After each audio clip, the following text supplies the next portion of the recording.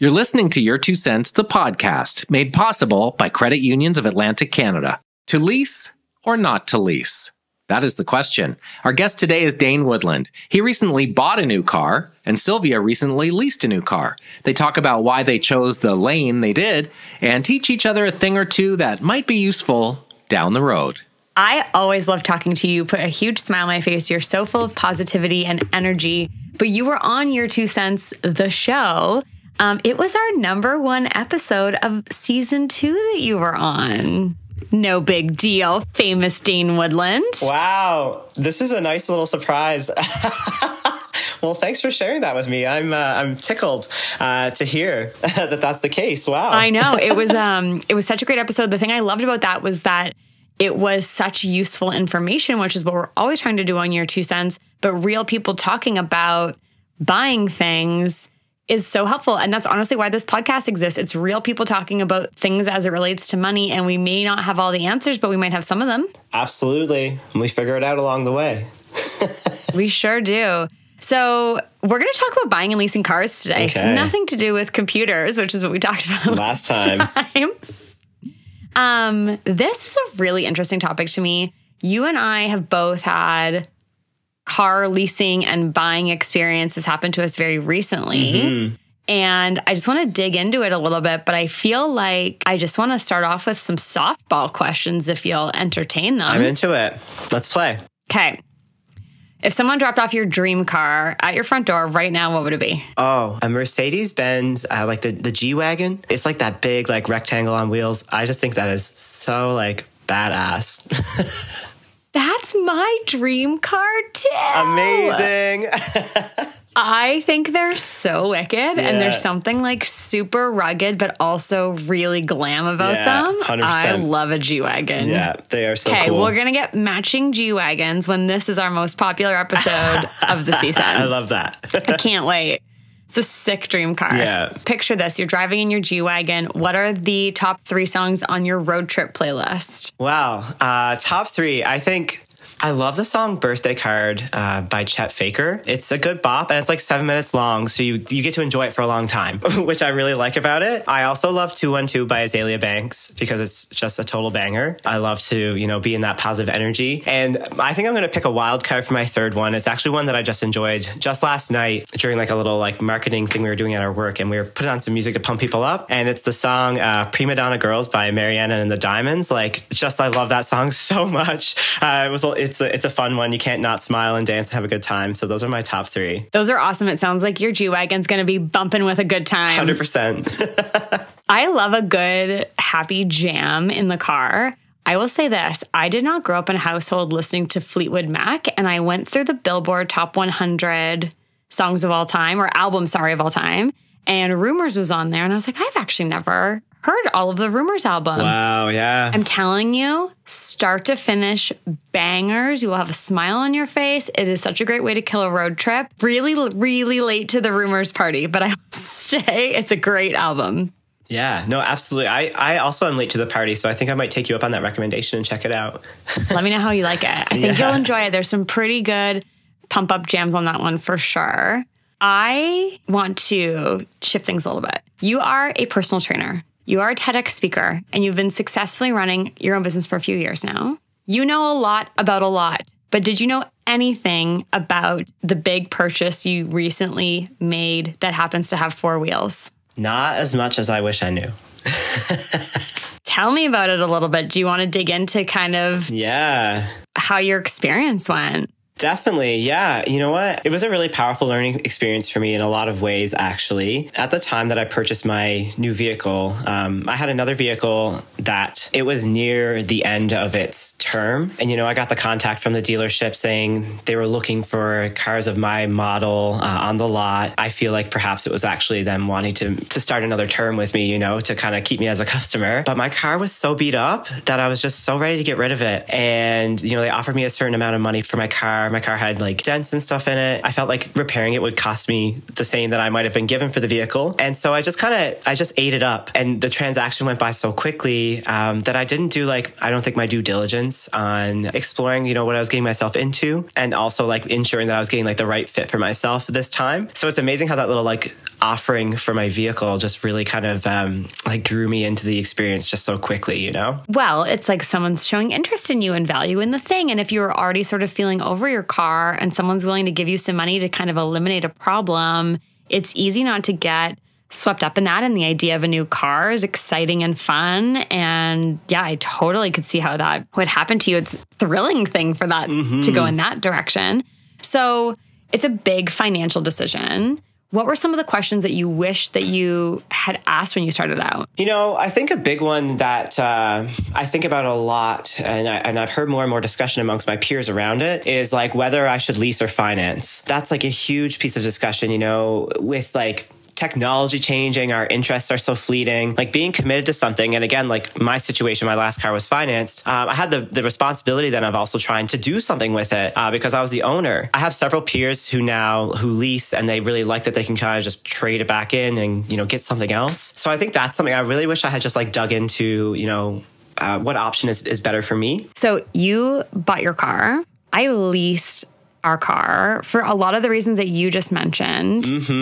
Because you bought, was there any reason you didn't consider leasing? Was buying a car just always the thing you thought you had to do? Yeah, I feel like we're almost in this like culture where owning is seen as being like better than renting. And yeah, you know, it's just like I was told that that's what I should do. So that's what I did. And I never really, you know, thought about it any further than that. It's so fascinating because I grew up in a household where that was the same thing. I think there was this mythical story floating around our neighborhood of the person who returned their lease and got dinged for overages. We're talking like in the 90s, early 2000s. And that really scared my family off of ever leasing a car. And so my mom to this day still buys her vehicles. Same with my dad. And I did a lot of homework when we decided to move from owning a car to leasing a car. And for us, it was a pretty easy decision. We got into the situation because we had just switched provinces. Our car was older. The amount of money we would have had to put into it, similar to your situation, probably would have been more than what we got for the car. So when we started looking at it, it was a purchase that came up kind of unexpectedly. We had to pass this test in the new province to be able to get there. So we had no choice but to get rid of our car because it had to pass this emissions test. And in order to pass the emissions test, it had to get all this work done to it. So we did not have savings built up for this car. And we weren't really in a position to go out and finance it completely. There was a lot going on in our lives. So we looked at leasing and we actually started digging around. And the more and more we looked at it, it really made a lot of sense for us to lease our car. And so now we just got a new car. We're on our third vehicle that we've leased. Wow. It's wonderful. Yeah, okay. I'm a big leasing advocate, and I've actually just converted my mom to lifelong buyer. And I'm not going to disclose her age, but I will say I'm pretty impressed that I flipped her to the other side. Yeah. And I'll tell you this, the reason is all the things that scare you, like going over your kilometers, and it's not a thing that you technically own. All of those worries can kind of be parked because if you look at your deal and your deal is X amount of dollars down when you pick up the car, then you make your payments over the course of whatever your term is.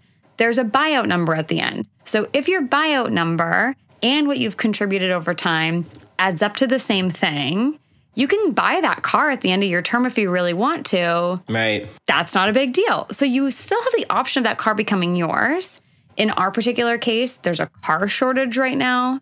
We were able to get rid of our car. We had equity in our leased car because the demand for cars was so high that we were actually able to put some of that money towards our new vehicle. So it really worked well for us. We did get things like lease protection and all the things that kind of scared us a little bit about what if, like, we have a dog? What if the dog were to do damage in the car? We're just living our lives. What if you get a bump and a scrape and whatever? We were really worried about that. So we did get lease protection. We return our car, kind of wipe your hands clean, and you move on to the next one. And we didn't spend any more money than if we owned it. And I think that's the real trick to it all, is making sure that that math does make sense. Definitely. That's eye-opening for me.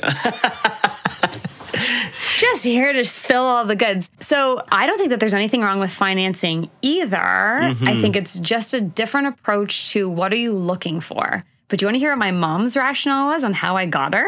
Absolutely. It wasn't even me. I can't even believe this. This is so smart. My mom says to me, with the introduction of electric vehicles, there's going to be so many electric vehicles coming in the next few years. I won't be able to sell my gas-powered car. True. So I want to lease it so that when I want to get rid of it, I don't have to worry about selling a gasoline model to someone looking for an electric car. And True. I was like, yeah, right. Yeah. That makes total sense. True. So I thought that was really, really fascinating and really valid. Absolutely. My partner actually just bought a hybrid car, and that was part of the decision-making process for her as well. And I'm already seeing it. The battery charges itself. I have to get gas so much more frequently than her, and I can just see that my vehicle, by the time it's able to be sold, I had never thought about it until you just said it. It might be difficult for me. Ever wonder what sets Atlantic credit unions apart from the big banks? Well, they do banking a little differently. They have all the products and services a big bank does, and sure, they have fees, but they invest their profits back into their communities, which in turn benefits their members and their families. There's so much to consider. Like, that's a consideration that I think is fresh for people. And it's going to take a while to shift over to electric completely. But I just thought that was so interesting. I really think the things you have to consider if you're going to look at leasing a car is, what is your mileage? Are you driving like crazy? You can definitely add more kilometers to your package, but it could get to the point that it becomes too expensive to do it that way. So for some people, they don't want to worry about that, and that's not a problem. There's some really interesting things like that you need to be thinking about. What kind of wear and tear do you have? Are you a single person with no kids? Are you someone with kids and there's a lot of really heavy usage on your vehicle? All those kinds of things. Even like the climate that you live in. Do you park outside all winter? Is there more damage likely to happen to your car? Just the kind of like general wear and tear that goes on. But if you actually just talk to the person that you're buying your car from, they should help you figure out what options are available to you. There's always a dollar sign attached to them. So do not get me wrong. It's not like you can just drive all you want to and not worry about that. But if the financial side of it makes sense that you can get the kilometers you want and the insurance protection and all of those things, then it might be a good option for you. Mm-hmm. I also have one more thing. I feel like I'm just sharing everything. I'm baring my soul to you on the car front, Dane. Have you ever heard of Lease Busters? No. All right. I just learned about Lease Busters too. My brain's been exploding. As you can see, I've been doing some research lately. Okay. So Lease Busters is a service that if you have a vehicle that you are trying to get rid of and you are not at the end of your lease, because sometimes breaking a lease can be expensive, you can put your car on Lease Busters and people will look for vehicles to take over your lease. So you end up ultimately taking the lease over from the car company that you got your car from, but you assume the end of the term. There's a couple reasons that I love this idea, and I know people who've used it very successfully, is all of a sudden they need to get a car and they don't want to worry about like the down payment and all of the things that come up front. You can oftentimes find a car that people just need to get rid of it. They're moving or they can't afford their payments anymore or whatever it is. They don't care that they have already put money into it. They just want to get rid of it. It's also kind of a cool way to try out different cars. Like if you know you need a second vehicle for a year, you could get in, find a great car for you for a year and use it. Or just a great way to get a vehicle that you want that's coming in a little bit less money than maybe the one you really love, walking away from a brand spanking new awful lot. So Lease Busters is my other like top secret, but not anymore trick of the car world. That is an incredible share. It's funny that you say that because sometimes, and in the situation I was just talking about getting rid of my previous vehicle, there was times I was like, I wish I could just get rid of it, And so a service like that would be so helpful because I think it takes away some of the burden and responsibility that can be involved. I think that's really cool with things so rapidly changing. I am very fickle, I would love to be able to just kind of try a new car here or there.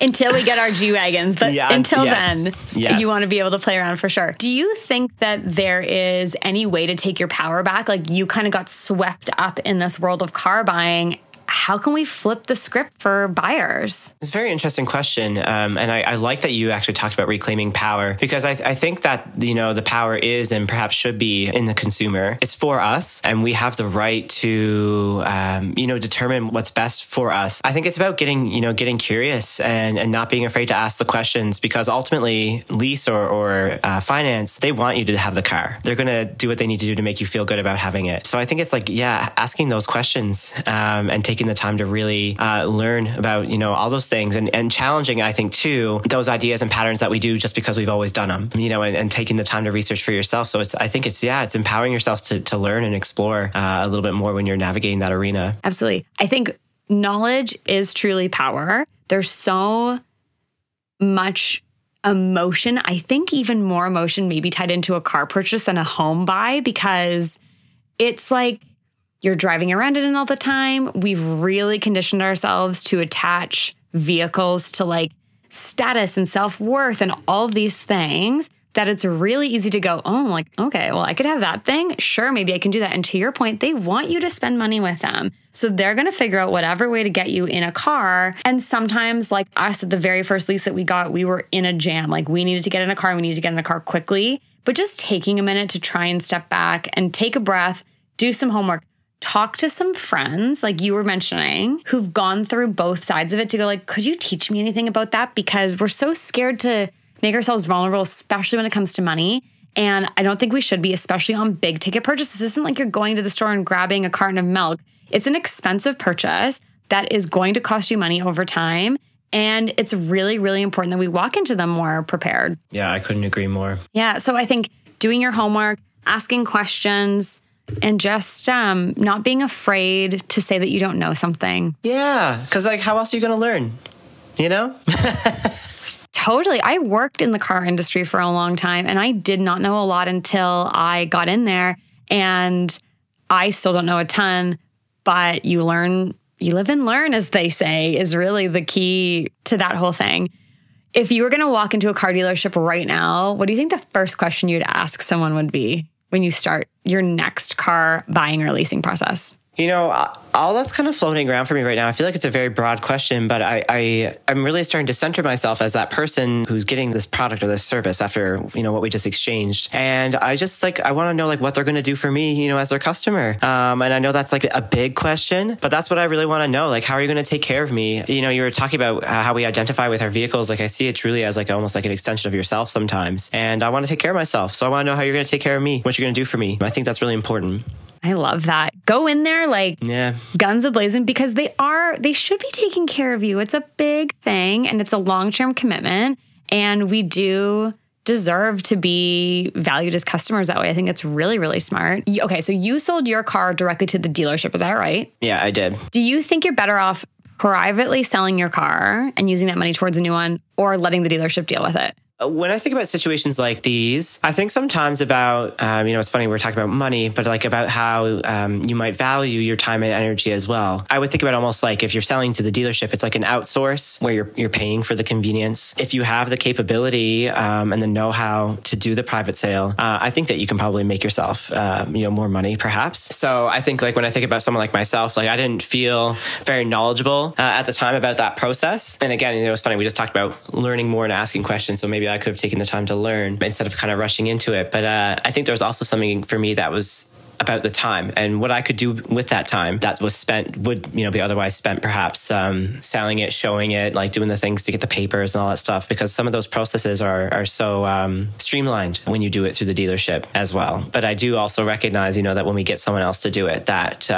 they're getting a cut, of course. So again, it's weighing out those things, I think, a little bit. It's really smart. And I think as someone who works for themselves, you've probably learned that too. Where are you investing your time and energy? And outsourcing is super important. And it's actually something we've never sold our cars privately. We've always just brought them back or rolled them into something else. And in this particular market, there is a car shortage. So we had one car to choose from on the lot, and our car was a car that was in demand. So we could have bought our vehicle out from our dealership and then went and sold it privately and made some money off of it. And for us, it just wasn't worth it because there's so many other things going on in our lives. I don't know how much more we would have gotten if we had gone that way, but you're taking a pretty big gamble. And like, I tried to sell a fridge on Kijiji last spring, and I'll tell you, not a fun time. The amount of people haggling over $100 bar fridge was wild.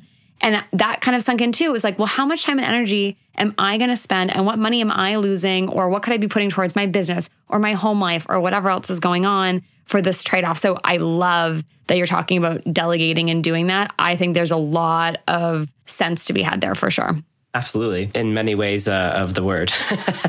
No pun intended, but it's so true. So I would say this, I don't think that you are alone in not feeling like you knew what you were doing going into it and getting caught up in the emotions and kind of ending up at the end and going, oh my gosh, what did I just live through? And there's no harm in that. I think we've all done that. I certainly have for sure. I think it's just a matter of afterwards going, wait a sec, okay, what could I have done differently? And that's such a great moment of reflection for sure. At the end of the day, finding something within your budget, making sure that all works for you. I think those are the most important things. And I'm sure you did that when you were going through this process. What's the right fit for me that way? Yeah. And the rest, you kind of keep compounding on that knowledge over time, and you're going to go into smarter consumer the next time, and an already smart one to begin with. So I think that's awesome. Thank you. Do you have any feelings about insurance? Yes, I do. Please tell me all your feelings on insurance. Oh, man. Well, mine's pretty expensive. So a lot of my feelings around insurance are tough. Some of it is reflective of the same things that I said before, which is like, I wish I had done more inquiring, because there are so many things and layers that you can add to your insurance. You know, combining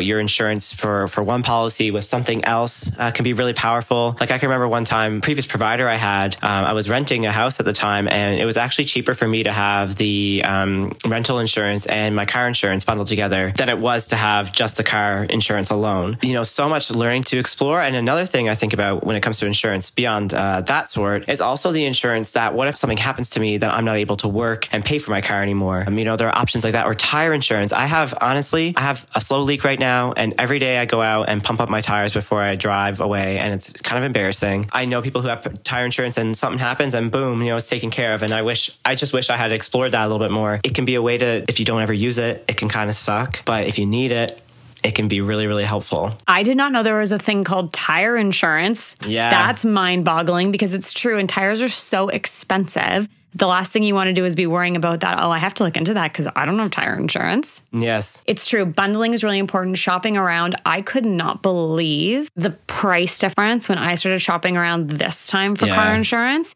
We saved so much money by switching providers. I was blown away. So it's really important. Everyone's situation is going to be different. So I'm not going to name names and tell people where to go. It really depends on what can you bundle, who's living in your house, who's driving your car, all those other things. But I think like even more than doing your homework on buying your car, do your homework on insurance, because you can we saved a couple $100s a month when we switched. Yeah. That's not nothing. That's a lot of money. You know, when I think about insurance too, I think about that same question I asked about the vehicle, like what can you do for me? Because I think a lot of times in these conversations, when you're really willing to dig deep and ask about the services and possible discounts and everything else, like you can really, like you said, like shopping around, asking around, like comparing prices, you know, well, you know, this place is going to offer me whatever. It's really incredible. And you know, it's funny. We talked about the work of selling privately. I do see value in spending the time and energy to shop around with insurance for sure. Yeah. I see the value in that time. I could not agree more, because like I said, it could save you a lot of money. We're not talking $5 a month. We're talking potentially hundreds of dollars. And I really think you're so right. Talk about loyalty, talk about bundling, call and ask. Like, I've been here for a long time. What can you do for me? And you will notice that people will jump, but you have to ask. No one's going to call you and just offer you less money for a thing you're paying more money for. So advocating for yourself, I'm a big proponent of that. I think it's super, super important. I love this. Thank you for being so honest. I think we're all sometimes going through things and we end up on the other side and wish we had done things differently. And it's not to say that it was the wrong way to do it, but there's always things you can learn along the way. And I love thinking about you driving around in your new car with your top 3 playlist. Makes me so happy. That's right. It would be bumping. Yeah, it truly Cannot would be. Wait. Yeah. Thank you so much for your time. I really, really appreciate it. And I hope you are loving your new car. I am. You know what? Despite the whirlwind that got me there, I love to roll up and I love to come out and hit the key fob and just see it like blink at me. You know, it's yeah, I'm very happy with my purchase, I must say. And you know what? Hats off to the salespeople who got me there, because it was pretty good. That's amazing. I love to hear it. Nothing like the car blinking at you and lighting up your soul for a good way to start a day, for sure. Hopping into a car you love. Awesome. Well, Such a pleasure talking to you, Dane, as always. And I can't wait to talk to you again soon. Likewise. Thank you so much for having me. You're so welcome. Take care. Jonathan, I grew up my whole life believing that buying cars was the only financially responsible thing to do. And as you just heard, I am now team lease all the way. Same. There really are pros and cons to both options, and it really comes down to the dollars and cents of it all. If you aren't sure which option is the right one for you, just ask a trusted credit union advisor. They've got financial products that can get you on the road and probably save you $1 or $2 on the way.